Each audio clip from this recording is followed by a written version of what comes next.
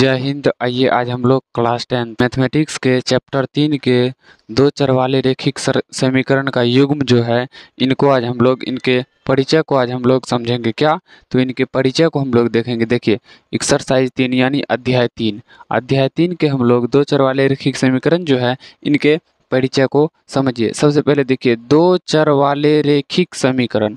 सबसे पहले क्या चर देखिए एक होता है चर और दूसरा होता है अचर। दूसरा क्या होता है? दूसरा होता है अचर और एक होता है चर। तो चर किसे कहते हैं?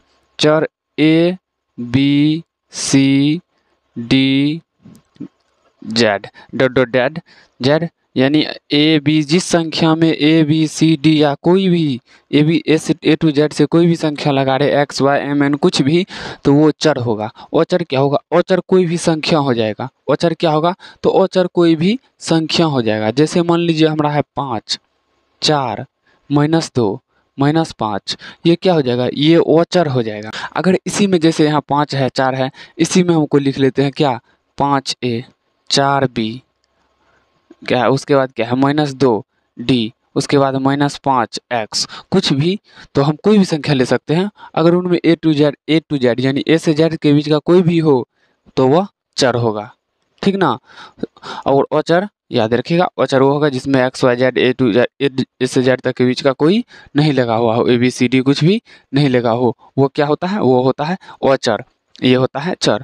तो दो चर वाले रेखिक समीकरण युग्म। तो समीकरण दो चर वाले ये बोल रहा है समीकरण क्या दो चर होना चाहिए। जैसे हम लोग मान लेते हैं 5x + 6 ये बोल रहा है दो चर। क्या? तो दो चर। देखिए इसमें दो चर है, चर तो एक ही है तो ये दो चर वाला रेखिक समीकरण हुआ नहीं। ये दो चर वाला रेखिक समीकरण नहीं हुआ। तो दो चर वाला रेखिक समीकरण क्या होगा?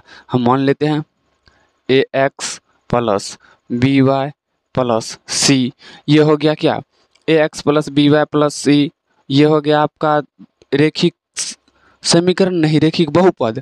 अगर इसी को बराबर में हम अगर 0 दे दें तो ये हो गया रेखिक समीकरण। अगर बराबर में 0 हो तो ये हो गया आपका बराबर में 0 ना हो तो बहुपद। अगर बराबर में 0 लग गया तो समीकरण, ठीक ना। ध्यान में रखिएगा बराबर में अगर 0 ना रहे तो रेखिक बहुपद, अगर बराबर में 0 रहे तो रेखिक समीकरण। ये क्या बोल रहा है? रेखिक समीकरण का युग्म तो इस प्रकार होगा। में से मान लीजिए ये तो हो गया दो चर वाले रेखिक समीकरण। तो हम मान लेते हैं अब इसका युग्म बोल रहा है, इसका जो युग्म बोल रहा है क्या होगा? तो हम तो इसको ax + by + c = 0 दोनों तो समान हो जाएगा। तो इसको हम ऐसा करते हैं a1 b1 c1 a2 b2 c2 कर देते हैं। इसको ये हो जाएगा समीकरण 1, ये हो जाएगा समीकरण 2, ठीक ना। तो इस बात को आप लोग समझ गए ना। ये हो गया। देखिए युग्म बोल रहा है, युग्म का मतलब जोड़ा। तो देखिए जोड़ा है तो समीकरण है, ठीक। तो अब देखिए समीकरण कितने विधि से बनाया जाता है? सबसे पहले तो समीकरण कितने विधि से? तो समीकरण दो विधि से। पहला बीजगणितीय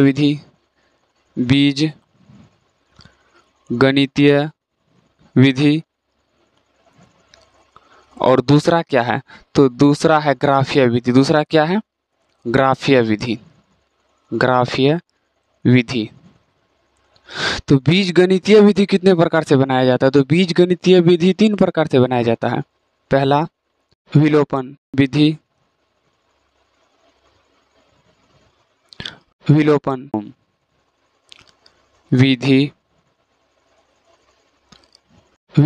विधि। दूसरा है वज्र गुणन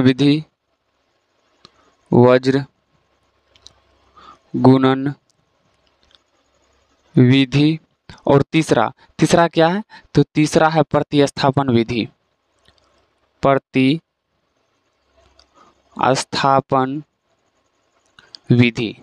तीसरा क्या है? प्रतिस्थापन विधि। देखिए सबसे पहले कितने तो दो विधि से, बीजगणितीय विधि और ग्राफीय विधि। अब बीजगणितीय विधि को कितने प्रकार से बनाया जाता है? तो 3। कौन कौन? विलोपन विधि, ठीक। दूसरा है वज्र गुणन विधि, तीसरा है प्रतिस्थापन विधि। ये 3 प्रकार से बीजगणितीय विधि को हल करना है, ठीक ना।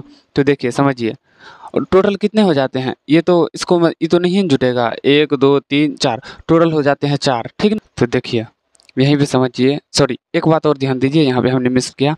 यहाँ पे जो हमने माना था एक क्या ax + by प्लस सी बराबर 0, ये उसका व्यापक रूप होता है, ठीक ना। ये उसका ये क्या होगा, ए बी और सी क्या होगा, ए बी और सी याद रखिएगा कोई वास्तविक संख्या होगा ए बी और सी। जैसे जैसे -5 हो सकता है, -2 भी हो सकता है, 4 भी हो सकता है, कुछ भी हो सकता है, लेकिन वास्तविक संख्या होगा, काल्पनिक भी नहीं, वास्तविक संख्या होगा, ठीक ना।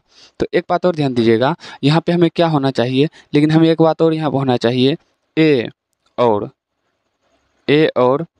बी 0 नहीं होना चाहिए।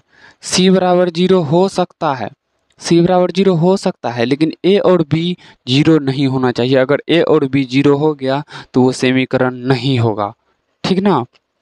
तो ये इस वीडियो में हम लोग ने समझ लिए इसके परिचय को, यानी दो चर वाले रैखिक समीकरण के समीकरण युग्म का परिचय को देख लिए। अगर ये वीडियो आपको अच्छा लगा है तो वीडियो को लाइक कीजिए, शेयर कीजिए और इस चैनल को सब्सक्राइब कर लीजिए, ताकि इस चैनल पे आने वाले हर नए वीडियो का नोटिफिकेशन सबसे पहले आप तक पहुंच सके। तो चलिए मिलते हैं किसी नेक्स्ट वीडियो में, तब तक के लिए जय हिंद।